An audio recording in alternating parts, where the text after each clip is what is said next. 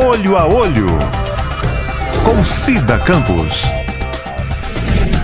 O programa Olho a Olho com Cida Campos desta semana recebe nosso querido amigo e parceiro, Dr. Lucas Serbati. Seja bem-vindo, meu querido. O prazer é todo meu, Cida. Estou à disposição do seu programa para esclarecer qualquer dúvida que vocês tiverem. Nós estamos cheios de dúvidas. Que bom! Internautas mandando assim, muitas e muitas perguntas. Que legal, boa participação. Dr. Lucas é advogado, eu costumo dizer aqui 1001 utilidades, porque ele não fica só em uma área não.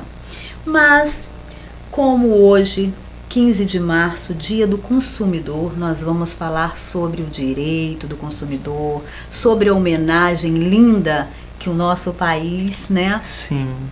Diz que dia 15 é o Dia do Consumidor, diz também que nós, porque eu também sou, você também é, Dr. Lucas, consumidores, temos nossos direitos e temos que buscar, né, as garantias. As garantias. Cida, hoje nós temos um dos melhores códigos de defesa do consumidor do mundo.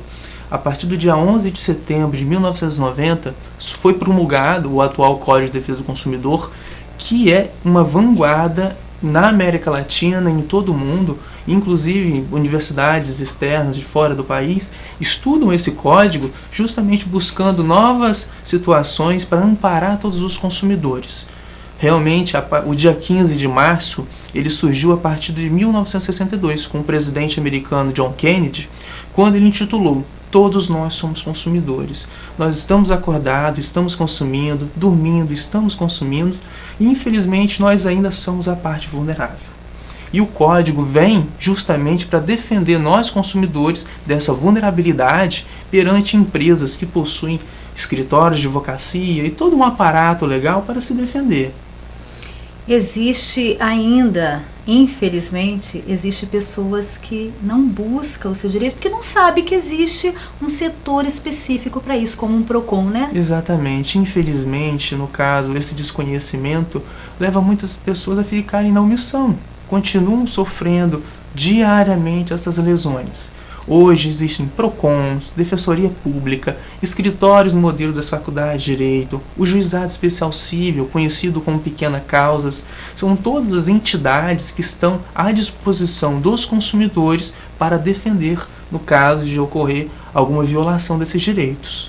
E tudo isso gratuitamente, né? Isso é muito importante Paga ressaltar. Nada.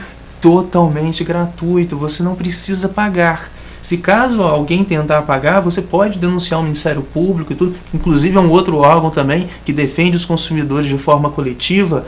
Portanto, tanto a nossa Constituição, o Código de Defesa do Consumidor, são duas leis que estão à disposição de todos nós consumidores para nos defender gratuitamente e defender nossos direitos das mais diversas formas possíveis. Isso é muito importante.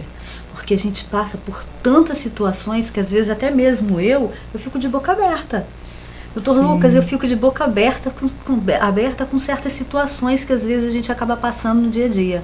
A falta de respeito, a falta de consideração, a falta de profissionalismo com as pessoas, com o comércio às vezes que não tem respeito ao consumidor. Exatamente, não é apenas uma questão de produto, mas também uma questão de prestação de serviço. Se eu vou comprar um produto em uma loja, eu tenho que ser bem atendido. Não basta querer vender um produto em si e acabou. É toda uma relação também de confiança, de credibilidade. É a boa fé, que inclusive é um dos princípios do código, que todos devem ser atendidos da melhor forma possível, sem má fé, sem dolo, para que todos tenham o pleno conhecimento e informação das garantias que ele possui. Não apenas o produto, a qualificação de todo o produto, mas também dos seus direitos. Até porque, se o João, ele esteve ali numa loja onde ela tem o CNPJ, ou de repente se ela esteve em uma costureira, não importa, né? Todos são consumidores. Isso é muito importante deixar claro, doutor Sim, Lucas. Não é apenas ir numa loja do comércio local e achar que aquilo ali é uma relação de consumo. Se eu contrato uma prestação de serviço de uma costureira, é relação de consumo. A energia que eu pago é relação de consumo. A televisão que eu estou assistindo, eu estou pagando também, é outra relação de consumo. Então, todas essas formas são relações de consumo que os consumidores estão amparados. Tá? É muito extensa realmente o código. E você, como consumidor, tem que estar de olhos abertos para que seus direitos não sejam violados. Isso é verdade. Então, vamos lá? Sim, claro. Vamos No perguntar nosso aos nossos bate-papo. ouvintes. Comprei uma passagem aérea, mas eu desisti de viajar. Claro. O que acontece? Infelizmente, hoje, uma das maiores batalhas das relações de consumo são com as empresas aéreas.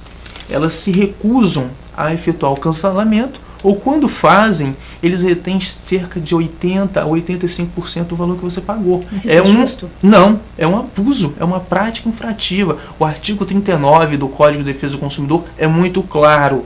Lá no inciso 5, é proibida a vantagem manifestamente excessiva. Existe o direito de arrependimento, principalmente para as compras online, que você tem 7 dias para efetuar o cancelamento, com a restituição do valor. Integral? Integral, exatamente. O código define isso, é muito claro nesse ponto, apesar das empresas recorrerem o máximo possível. Justamente, isso é a questão da vulnerabilidade. As empresas se aproveitam dessas condições do consumidor para recorrer o máximo possível e tentar a desistência dele. Mas é muito importante, o consumidor não pode desistir. Vocês têm o PROCON, que é gratuito, Defensoria Pública, escritórios modelos, tem o juizado. Há necessidade de recorrer. Não pode deixar que essas grandes empresas prevaleçam da nossa vulnerabilidade. Então, eu desisti, eu tenho todo o direito de receber. Exatamente. E qual é o percentual que a empresa pode cobrar no caso da passagem aérea, doutor? 85%? Não. Não, isso é um abuso, é uma violação ao consumidor. De maneira alguma. Ela não prestou o serviço para querer cobrar índices tão altos. Na verdade, o código fala no direito ao arrependimento para as compras online ou por telefone na restituição integral. O que a gente tem visto na prática, geralmente, é uma retenção de 10% a 20%, seguindo a jurisprudência dos tribunais brasileiros. Tá? Esse índice, os tribunais têm entendido como legal, sem problema algum. Mas se exceder esse valor, passa-se realmente a uma prática abusiva. Estacionamento. Existe aí, não só aqui em Cachoeiro, como em todas as cidades e estados, estacionamento. Se acaso eu deixei o meu carro no estacionamento, fui furtada, o meu carro, roubaram o meu celular ou minha bolsa, Sim. qualquer objeto dentro do meu carro, qual é a responsabilidade do proprietário do estacionamento? É crescente, né, a utilização de veículos. E com isso, você também tem que encontrar o local para você estacionar. E existem os estacionamentos privados. É muito comum a gente ver aquela informação de que eles não se responsabilizam por furtos, roubos ou mesmo danos externos ali ao veículo. Mas tudo isso, na verdade, perante o Código de Defesa do Consumidor, não tem validade. Apesar de ser algo informativo, a responsabilidade desses proprietários de estacionamentos ela é objetiva. Isso significa que é independente de culpa. Eles não precisam ter culpa ou não. Isso não é questionado. É objetiva. Eles vão ser, sim, responsáveis por qualquer dano que esse consumidor sofrer em seu veículo, no caso do furto, do roubo, ou mesmo arranhões, batidas, algum dano que tenha quebrado algum farol do veículo. Não há, no caso, como ele se excusar dessa responsabilidade. Nós vamos para o intervalo e voltamos já já. Olho a Olho, com Cida Campos. Doutor Lucas, então, o proprietário do estacionamento, ele tem que ser responsabilizado por qualquer dano que acontecer no meu carro. Exatamente. Ele é responsável por toda a área do estacionamento e ele não pode se excusar dessa responsabilidade. O código é muito claro e se em algum momento ele se recusar a efetuar esse reparo, é importante que o consumidor tenha um ticket, procure saber quem são as pessoas que estão ali, procure ter testemunhas, para garantir meios, né, de provar que, primeiro, que o veículo realmente estava lá dentro. E, em segundo, que ocorreu realmente aquele dano. Além do que, é importante também o boletim de ocorrência ser feito.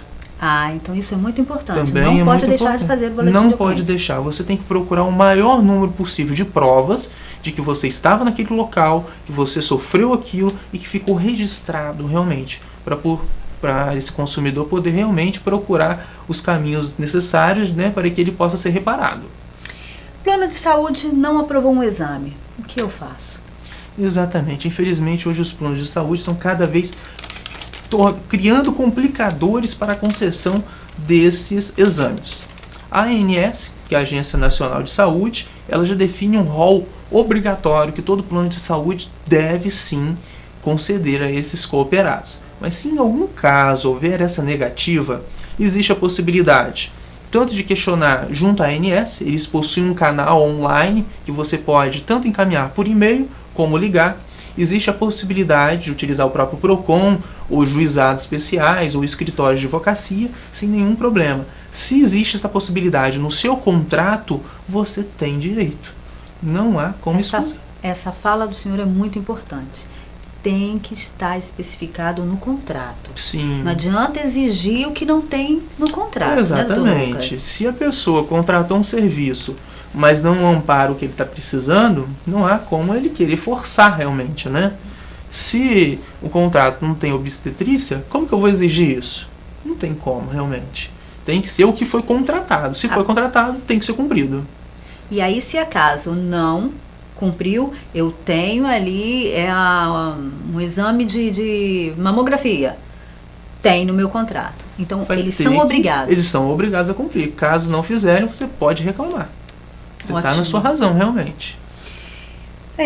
E os planos de saúde, infelizmente, acaba deixando a desejar, né, doutor? Infelizmente. E as reclamações, a tendência é sempre aumentar. Cada vez mais, infelizmente. E essas pessoas estão ficando desamparadas. Principalmente que é uma questão de saúde. E realmente as pessoas vão ter que tomar conhecimento desses direitos, procurarem conhecer os seus contratos realmente, né, quais são os serviços, os exames que são cobertos, para que possam exigi-los. Viajei, mas a minha bagagem, ela foi extraviada, o que fazer? Muito interessante essa pergunta, Cida.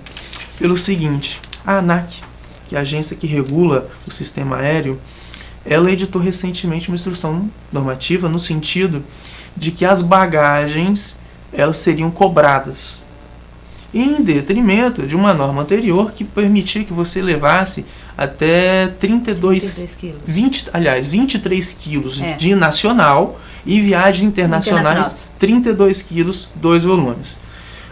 Felizmente, a Justiça Federal de São Paulo suspendeu essa resolução. Então, nós consumidores continuamos com essa benesse de não sermos cobrados até esse limite de bagagem. A responsabilidade também, no caso do extravio, é objetiva, independe de culpa. Pelas resoluções da ANAC, as empresas aéreas têm um prazo de 30 dias para encontrar a mala extraviada. 30 dias? Até 30 dias. Isso é uma resolução administrativa. É um longo prazo, mas é o que, infelizmente, a agência reguladora entendeu como um prazo razoável para a empresa conseguir encontrar essa mala. Mas caso não seja encontrada, existem alguns seguros que a própria empresa aérea cobre. E caso existir uma possibilidade dela se recusar, é muito importante você buscar a nota fiscal dessa mala, ver se a pessoa possui fotos para provar tudo que realmente existia dentro da mala. Porque se caso você não tiver nenhuma prova disso, vai ficar muito difícil você buscar o ressarcimento. Caso encontraram, mas aí eu abri a minha mala, mas eu observei que faltou produto ali. Ou faltou um perfume, ou faltou um sapato, uma roupa. Como que eu provo se eu não fiz fotos ou vídeos desta mala? O ideal é ter testemunhas. Partir para testemunhas, no caso, preferencialmente que não sejam pessoas parentes ou amigos, né, que são pessoas que geralmente têm interesse na causa. Evitar isso. Existe também um serviço oferecido pelas empresas aéreas. Você, infelizmente, tem que pagar um adicional. Tudo tem que pagar. Tem que pagar. Mas esse serviço, ele define pormenorizadamente todos os objetos que possuem dentro dessa mala. É um adicional, mas que te garante também essa questão de caso extraviar ou ser furtado algum objeto, você ter a certeza que a empresa tomou conhecimento do que você possuía. Porque se você não tiver prova alguma, não tem prova testemunhal, não tem foto, não tem vídeo, não tem esse serviço oferecido, fica muito complicado você conseguir o convencimento, seja na via administrativa de um PROCON ou judicialmente através de um juiz, a comprovação de que algo existia dentro daquela mala. O correto, então, Estou fazendo a minha mala, vou tirar fotos. O ideal seria E guardar. tirar fotos, deixa guardado. Depois que a mala chegar, você pode até deletar. Mas você encontrar meios para testemunhar e provar que tudo aquilo estava dentro dessa mala. Mas em 30 dias não me deram retorno, não acharam a minha mala. O que eles têm que fazer? Quais são os meus direitos? Com o exaurimento de 30 dias, surge realmente a lesão. E aí cabe a você realmente procurar PROCON, Defensoria Pública, Escritório de Modelos ou Juizado Especial para que questione e busque o ressarcimento pecuniário, na verdade. Caso eu não conseguir, a defensoria demora, vou contratar um advogado. Esse advogado, eles também terão que pagar? Ou eu tenho que arcar com essa despesa? Inicialmente, a despesa realmente você vai ter que pagar esse advogado. Mas depois ele eu posso emitir, incluir? depois você pode incluir isso daí. O advogado emite um recibo, né, devidamente identificado, com seu CPF, os valores que ele cobrará pelo serviço. Como é uma despesa a mais que você está tendo, você pode incluir sem dúvida aí adiante nessa cobrança. Então, fiquem atentos. Se você ainda tiver alguma dúvida referente a esta pergunta, pode encaminhar para a gente, que a gente chama o Dr. Lucas aqui de novo. Claro, estou à disposição, Cida. Dr. Lucas, contratei um serviço de internet, mas eu fiquei 3 dias sem internet. Nossa. Quais são os meus direitos, Dr. Lucas? Essa é uma questão também muito interessante de conhecimento dos direitos. Porque às vezes a gente conhece o Código de Defesa do Consumidor e ele acaba sendo um pouco genérico. Ele não é tão específico. E lá a gente encontra questões da responsabilidade pela prestação do serviço. Mas existem resoluções internas, inclusive, no seguinte sentido. Se ultrapassar, em casos de manutenção do serviço, ou mesmo aconteceu algum problema que o serviço foi interrompido, se ultrapassar o prazo de 4 horas, você tem o direito a uma dedução de 1/30 sobre o valor pago mensal, para cada 4 horas que exceder, né? No caso, são 3 dias, eles consideram assim, passou 4 horas, considera-se como se fosse um dia. Então foram 3 dias corridos, vai ser 3/30 de desconto sobre o valor da fatura. E se não derem? Se não derem, novamente. Justiça. Justiça. Recorre que você tem direito. Então nós vamos... Exatamente. Vamos Essa buscar o consumidora direito. pode procurar, seja o PROCON, o juizado, onde ela optar, para garantir esse desconto da fatura dela, se caso a concessionária de serviços públicos ou a empresa privada não conceder. Nós vamos para o intervalo e voltamos já já. Não saiam daí. Olho a Olho, com Cida Campos. Dr. Lucas, produto de mostruário. Tá ali no mostruário. Eu posso e devo ter descontos ou trocar? Claro. É muito importante definir o seguinte. Não é porque está no mostruário que o consumidor não vai poder trocar, desde que esse produto tenha algum vício. Todo produto que for oferecido para o consumidor, seja em mostruário, ou nas araras, ou interno na loja, se ele possuir algum vício, esse consumidor tem o direito de ser reparado. Aí surge, por exemplo, uma questão de uma roupa. É muito complicado ter uma autorizada ou uma assistência técnica. O código fala o seguinte, um produto com vício, ele tem que ser entregue numa autorizada ou uma assistência técnica para que ele seja reparado num prazo de até 30 dias. É muito difícil ver isso uma loja fazer isso. Eu, pelo menos, são raras as lojas que tomam essa providência de ter uma assistência técnica. Se for reparado em 30 dias, o consumidor ele vai ter que aceitar aquele produto reparado. Se exceder 30 dias, surge o direito para que ele possa pedir a troca por um outro produto idêntico ou a reparação devidamente corrigida. Essa reparação é o estorno do dinheiro. É o estorno do dinheiro com uma correção. É mínima, mas o código existe. Então Enfim. quer dizer que não importa se está no mostruário ou não, tem que estar perfeito. Tem que estar perfeito, exatamente. É porque a pessoa está comprando... Está comprando um se produto. está no valor que está ali... Está no valor e está vendo, mas veio com defeito. Não tem como. Mas isso também a pessoa precisa observar antes de levar, né? Porque É às o vezes ideal, está rasgado. sim. Ou Porque o que acontece? Às vezes pode ser um produto que ele já veio todo... Uma danificado. geladeira, por exemplo, danificada, tá toda arranhada. Mas aí o fornecedor informa, o comerciante no caso, geladeira toda arranhada. Mas e se o motor não está funcionando? Aí o produto está com defeito. Uma coisa são aqueles arranhões que ele fez questão de informar através de um cartaz que esse produto estava arranhado. Mas se ele não está funcionando, aí realmente vai ter que ser reparado. É o problema que é o motor que não está funcionando, ou é o gás da geladeira que não tem. Então é importante fazer essa diferenciação desse tipo de dano. O que está sendo informado para o consumidor, que é o direito de informação, tá lá, é um dos direitos básicos de todo consumidor, é a informação. E essa informação tem que ser repassada. Se não for, incide o código e realmente esse consumidor ele está amparado pelo seu direito e o fornecedor vai ter que cumpri-lo. Ótimo. Produto perecível. Eu posso trocar se acaso eu não fiquei satisfeita com o produto? O produto perecível ele vai entrar naquela regra. Ele está inadequado para o consumo? Comprei um arroz, um feijão. Ele está cheio daquelas carochinhas. Está inadequado para o consumo. Realmente, aí você no caso vai ter o direito ou de trocar ou de ser reparado. Mas se eu compro aquele produto perecível e ele não possui vício nenhum, ele está perfeitamente dentro da sua qualidade. Não existe essa possibilidade. Se ele estiver todo compatível, exceto se for inadequado para o consumo realmente. Comprei um pacote de arroz. Uhum. E aí quando eu cheguei em casa eu observei que a data está vencida. Você pode trocar. O produto realmente estava inadequado para o consumo. Às vezes é comum muito naquelas embalagens de pomarola, criar um fungo interno e criam aquelas figuras estranhas que de vez em quando aparecem na internet. As pessoas falam que é rã, sapo, taruíra e tudo. É um produto inadequado. É inquestionável que o comerciante vai ter que trocar ou ressarcir esse consumidor. Isso acontece, inclusive comigo aconteceu. Eu fui comer um sonho de uma determinada padaria, não vou citar nomes até porque não foi nada tão grave assim. Sim. E quando eu mordi o sonho, estava azedo e cheio de mofo. Nossa. Inadequado para o consumo. Eles teriam que trocar ou ressarcir o dinheiro. Não, ressarcio, me devolver o dinheiro, tranquilo, mas é um perigo, né? Sim, exatamente. Consumidor tem proteção contratual?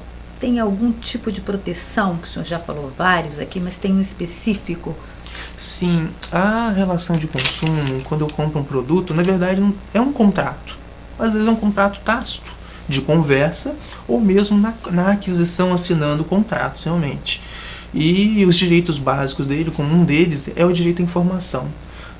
Além disso, tem que ser contrato com formato tamanho 12, para aqueles contratos que são assinados, realmente. Legível, de fácil compreensão, de fácil acesso, tem que entregar uma cópia para esse consumidor. Ele realmente é amparado. Tudo que o consumidor for comprar, utilizar, seja por produto, por prestação de serviço, é uma relação contratual. E o código ampara essa relação contratual, que é uma relação de consumo, com a responsabilidade objetiva como regra. Muito importante isso. Exatamente. Então as pessoas elas têm que ter ciência. Adquirir um produto ou uma prestação de serviço é uma relação contratual de direito do consumidor. E ela está amparada pelo código. E tem que ler o contrato. É muito importante, Cida, porque... Por mais pressa que tenha, né? Exatamente, tem pressa, mas antes de assinar, leia especificamente. Tem dúvida, pergunte. Ficou com alguma terminologia jurídica, tá com dúvida, com algum receio, leva para alguma pessoa que conhece, ou um órgão de proteção e defesa do consumidor. O PROCON existe aqui em Cachoeiro, justamente para isso, para buscar não é uma questão de repreensão ao comércio, mas também de esclarecimento, tanto para o consumidor quanto para o fornecedor. É muito importante destacar, Cida, que o código ele não vem a prejudicar a relação de consumo contra aos fornecedores, aos comerciantes. Muito pelo contrário, também é uma garantia para o comerciante que o consumidor não vai buscar alguma atitude de má-fé de lesionar o comércio local. Claro. É uma linha tênue. Por um lado, defende o consumidor, mas por outro lado, também garante o fornecedor. Então é importante buscar isso. Não é um código que está aqui para perseguir o comerciante. Muito pelo contrário. É um código garantista. Não apenas para o consumidor, mas também para o fornecedor. É verdade. Isso é muito sério. Sim. Até porque as duas partes elas precisam ficar satisfeitas. Isso. Satisfeitas e garantidas legalmente. Legalmente. Porque o consumidor não vai poder exceder também aos seus direitos. Aos seus direitos, exatamente. É isso mesmo. Porque às vezes as pessoas acham que podem exceder, mas não é esse o caminho. Doutor Lucas, isso acontece diariamente. E aí eu recebi essa pergunta de uma pessoa que está muito indignada com uma operadora é a antitelefonia celular. Ela, tudo que ela contou, pelo meio que eu entendi, a operadora, ela havia pago uma conta telefônica, ela pagou a conta telefônica dela. Sim. Só que essa conta telefônica fica com o pai dela, que é 80 anos, 81, ponto. E ligaram, a operadora ficou ligando 1, 2, 3, 4, 5 vezes ao dia, ameaçando que iria suspender o serviço. E essa conta já estava paga há 7 dias. Sim. E aí esse senhor, que é o pai dela, entrou em contato com ela, falando que ele ia ficar sem telefone, porque não tinham pago o telefone, se ela tinha aquela confusão, Sim, aquela coisa mas de uma pessoa idade. idosa, ficou Exatamente. nervosa. Neste caso, o que ela fez? Ela ligou para a operadora, fez a reclamação, disse que estava pago, solicitou um CD da conversa e, pelo que parece, até hoje não chegou o CD, vai fazer quase um mês. O que fazer? E ela tem números de protocolos, ela tem no telefone dela, ela fez fotos das ligações que que o pai dela recebeu da operadora cobrando, ela tem os números de protocolos de reclamações. O que ela deve fazer? Bem, dá para perceber que essa é uma pessoa bem informada, que ela tomou atitudes adequadas realmente. O primeiro passo, ela tirou fotos, né, registrando, entrou em contato com a operadora para conseguir a gravação, buscou meios de provar tudo o que estava acontecendo. Existe uma má prestação no serviço, a conta já estava paga. 7 dias. Exatamente. O pai insistentemente estava recebendo cobranças dessa fatura, gerando um aborrecimento e tudo. No âmbito administrativo, eu vejo aí que existe uma possibilidade de punição administrativa pela má prestação do serviço. E não basta apenas transmitir o serviço contratado, mas também vem todo um desencadeamento no sentido da cobrança, que está sendo feita de forma desproporcional e está excedendo a normalidade. Durante 7 dias ela vinha sendo cobrada, principalmente com o pai, uma pessoa idosa e tudo. E aí eu entendo que pela via administrativa ela consegue, acredito, uma punição contra a empresa no plano apenas de via administrativa. Mas ela poderia talvez procurar também o sistema judicial, para que ela possa conseguir um dano moral. Não sei se ela conseguiria, porque infelizmente nesse caso alguns tribunais têm entendido que é um mero aborrecimento cotidiano. Mas cada caso é um caso. É um caso. Tem que tentar. Tem que tentar. Buscar os direitos. Exatamente. Da mesma forma, ela conseguir a questão da gravação. Existe a lei do saque, que permite a todo consumidor solicitar a essas empresas a gravação, tanto as efetuadas quanto as recebidas. É um direito também do consumidor, uma lei bem específica quanto a isso, que tem por base o Código também de Defesa do Consumidor, e ela pode solicitar essa gravação também pela via administrativa, já que ela não conseguiu de forma amistosa através do telefonema. Muito importante. Nós vamos para o intervalo e voltamos já já. Olho a Olho, com Cida Campos. Doutor Lucas, muito esclarecedor. Essa pessoa que teve esse problema, por favor, não deixe de procurar um advogado. Procure a Defensoria Pública, ou o Escritório Modelo, Sim. ou o Dr. Lucas. Sem problema, Fique pode à nos vontade, porque seu problema tem que ser resolvido. Não pode continuar, né? Falta de Não, respeito. de maneira alguma. O consumidor tem seu direito e ele deve procurar, não deve permanecer silente.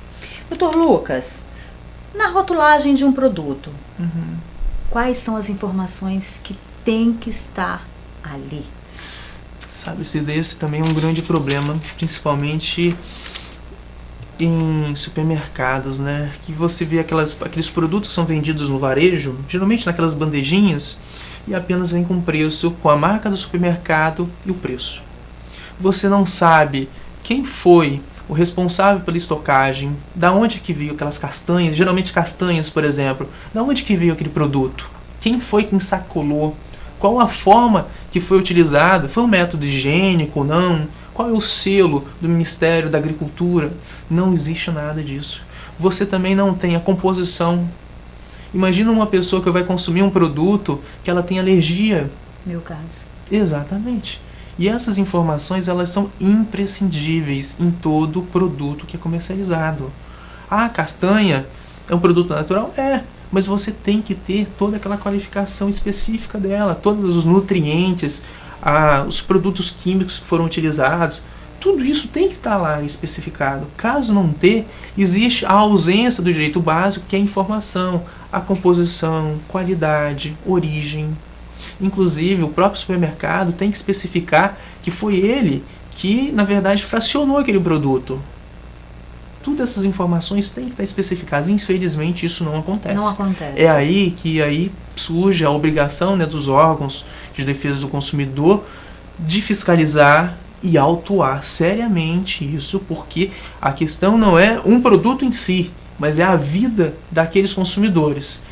Se eu tenho um problema, uma determinada substância, se eu consumo sem ter o conhecimento, eu posso não apenas ser internado, mas eu posso falecer. Exatamente, é a vida. É uma vida que está em jogo. E isso pesa muito. Não é um produto de 3, 4 reais que está sendo negociado, está sendo discutido.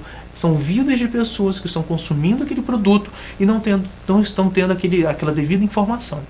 Muito importante a sua fala, Dr. Lucas, porque até em alguns supermercados eu observei também, uma pessoa conhecida comentou comigo, que eles estão desligando durante a noite o freezer de laticínios. Sim. Isso é muito grave. É muito grave, porque isso aí provavelmente vai diminuir o período de utilização daquele produto. Apesar de existir lá a validade dele, ele foi descongelado, ele passou por 8, 10 horas descongelando. Aí novamente você liga ele pela manhã. Provavelmente isso na composição química daqueles produtos vai causar uma modificação. E ele provavelmente deve adiantar também o prazo de validade. Gente. Uma coisa que também é comum, tem acontecido em alguns supermercados, são os frangos. As pessoas fazem o quê? Está chegando próximo ao vencimento, retiram aquela embalagem, colocam numa sacola transparente e colocam para vender para o consumidor. Você não sabe de onde aquele frango veio, como ele foi abatido, não sabe a data de validade dele, e os consumidores vão e compram esses produtos sem ter noção nenhuma da origem daquele produto. Se foi um abate clandestino, se não foi, se aquele produto realmente, no caso de um frango, se ele recebeu todas as vacinas e tudo está compatível para ele ser consumido. Isso é sério. Isso é Porque, sério. na verdade, é está saúde ingerindo. pública. É saúde pública. E as pessoas, às vezes, passam despercebidas por esses poréns que devem ser observados. Principalmente para idosos e crianças que forem consumir, né? Observei e descobri que o freezer, seja lá de carne ou de laticínios, está desligado. O que eu devo fazer? O ideal, primeiro pode conversar com o comerciante para ver se ele repara aquela situação. É uma forma mais amistosa. Mas vocês também podem fazer o seguinte, denunciar ao PROCON. Cachoeiro tem um PROCON, e diversos municípios do Espírito Santo possuem PROCONs. Existe um Ministério Público também, fica aqui próximo ao fórum. Além do que também a Delegacia de Polícia Judiciária, que é o DPJ, que fica lá no bairro BNH. Deve tomar alguma providência. Exatamente. Não pode calar. Não pode. Porque quem cala consente. Exatamente. Vamos lá. Qual o direito do consumidor quando for lesado em shows, peças de teatro ou evento em geral? Sim, é importante dizer que agora existe uma nova lei da meia entrada de âmbito federal, né, para pessoas de 15 a 29 anos, que recebam até 2 salários mínimos, também para idosos, gestantes, pessoas com necessidades especiais. Se caso alguma dessas pessoas, no caso, não ter esse direito da meia entrada garantido, você realmente está tendo um direito violado. Pode questionar e procurar um dos órgãos de defesa do consumidor. Outros, porém, por exemplo, uma contratação de open bar, que especificou determinadas bebidas ou comidas, não tem. Tem que acontecer realmente um abatimento no valor que você contratou. Porque se você contratou open bar, tem que ter lá. E hoje eles já estão eles estão dividindo essa questão, que existem agora alguns pacotes só para bebida, só para comida, ou em conjunto. Então todas essas informações elas devem estar claras para esses consumidores, para que eles tenham ciência do que eles estão contratando, que é uma relação contratual de direito do consumidor. E se esse contrato não for cumprido, ele tem direito a ser ressarcido. Porque acontece muito isso, Dr. Lucas, em casamento, em aniversários. Às vezes a noiva contrata aquele pacote com tudo, chega na hora, são 100 docinhos, de repente só tem 20. Exatamente, isso é muito sério, complicado realmente. gerando inclusive até indenizações por dano moral. Porque imagina um casamento, é algo único da vida daquelas pessoas. E aí chega num momento, existe uma infração dessa gravidade, infelizmente isso acaba acontecendo. E é muito comum a gente encontrar processos, a gente vem trabalhando nisso, de tentar a reparação. Porque é uma reparação financeira, mas infelizmente a questão psicológica ficou. Arrasa. É algo que vai ficar marcado na vida daquele casal pro resto da vida. É verdade. Doutor Lucas, infelizmente nosso tempo acabou. Quando o papo fica gostoso, o tempo voa, né? E direito do consumidor é tão amplo, são tantas coisas que acontecem realmente que o tempo vai se estendendo na conversa e voa. Mas a gente está à disposição, Cida, sempre que surgirem mais dúvidas dos consumidores, de todos os ouvintes do seu programa, nós estamos à disposição para esclarecer, tá? Sem problema algum. Depois se quiser passar até contato, sem problema. Estamos à disposição para buscar esclarecer todas essas dúvidas realmente. Muito obrigada, doutor Lucas. O programa Olho a Olho com Cida Campos desta semana fica por aqui. Obrigado pela audiência. Olho a Olho com Cida Campos.